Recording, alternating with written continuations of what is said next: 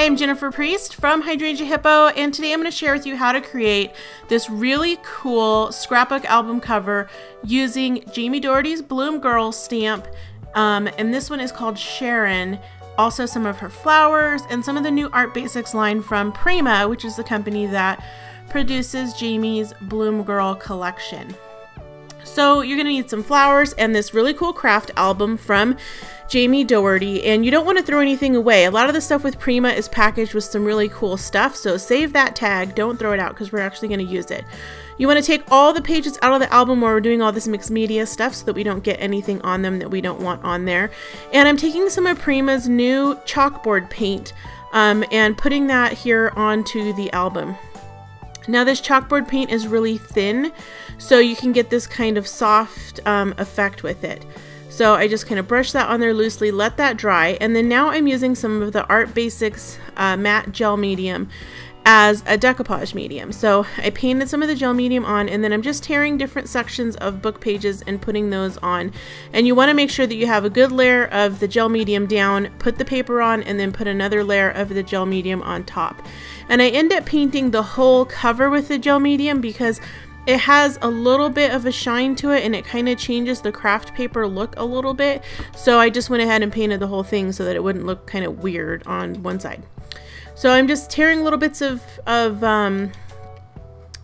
book pages here, kind of making my little collage mosaic thing going on. And this is going to be the base of Sharon's face. And that's because I don't like painting faces or trying to color them in. I find them really, really hard. And using book page paper as the background, I don't have to worry so much about the shading and trying to get the depth right or trying to get the shade of skin right. I can just use the book pages as the skin. So that's my little trick, if you will. So I'm going to ink this up with Colorbox Crafters ink. It is a pigment ink and it works on all kinds of surfaces because I wasn't sure how this new matte gel medium was going to work with the ink, and I found that it kind of repels things. It kind of seals the paper a little bit too much. So this pigment ink worked really, really well. Now you want to heat set that because it is a pigment ink. Next, I put some, again with that gel medium, decoupage some book page papers onto both sides of the tag that came on the packaging, and I'm going to use this as a tag to hang from the actual book. Now you can also use it as a gift tag if you want. Now because this gel medium does kind of a resist thing, I'm going ahead and using Tombow water-based markers here to color in the hair and things because the ink is going to sit on top of that gel medium for a little while and still stay wet, so I can use my finger here to do some blending. Whereas if it was just regular paper, this marker would soak right into the paper and I wouldn't really be able to blend it. So I'm just outlining some different details with different colors, coloring in my butterflies, and again what's nice is because the ink sits on top of the gel medium, you can then use that to your advantage and color in and shade things. So here I'm drawing in the little cheeks and shading those with some blush, doing the lips, and I am making it messy on the face. I wanted it to look kind of watercolor, almost washed out, kind of faded. I wanted it to look like it was old. So then I just added some more outline with my Tombow marker there, adding in some of the details here on the eyes. And again, the eyes started looking crazy, so when I colored it in with blue, I did a little bit of blending there to soften the look of all of that. And then to bring the blue through the image, I put it on some of those butterflies as well. And here I'm just using some more of that Tombow marker to add some shading and give a little bit of depth. And add shading to the neck so that looks realistic.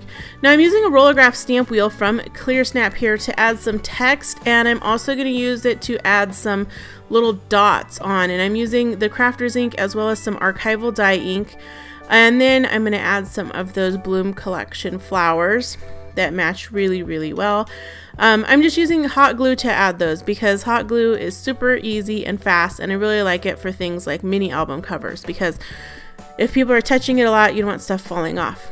Now to add some more accent around those flowers, I'm taking some of the gel medium and pressing it in around the edges of the flower clusters and then sprinkling on some of the Art Ingredients mica flakes. These are also from Prima, from that new Finnabair line, and just shaking those on. And then again, I'm adding some more gel medium, and if the mica flakes stick to that, then they stick to that. So I wanted it to look kind of gilded. And then on the top of my tag, I painted more of the gel medium and then pressed mica flakes to coat that, so it has this really cool, like, super chunky glitter effect. Again, you could totally use that for a gift tag if you wanted. Next, I tied a strip of ripped fabric around the spine of the book, and then I just took some different trims from my stash that matched the BloomGirl and tied them to that strip of fabric to make a fun book binding. And I also used a gold butterfly charm that's also from Prima. I tied that on with some ribbon, and then I used a piece of twine to tie the tag onto that ribbon cluster as well, so the tag hangs from there. So you could use the tag to do like journaling, or you know, put, you know, the name of if you took a trip or whatever on there, or you could take it off and use it as like a gift tag or on a whole nother project. So here is the finished book, and again, I added a flower to that tag too to finish it off and kind of tie it together with everything. You can see the fabric and the ribbon strips hanging there, the little bits of mica everywhere, and it's just a fun way to use the BloomGirl stamps without having to do like too much crazy painting, because I know it can be a little bit intimidating. I hope you enjoyed this video. Hit that subscribe link if you're cool, and please give us a thumbs up if you like this video. If you have questions, please put them down in the comments section. See you again soon. Bye!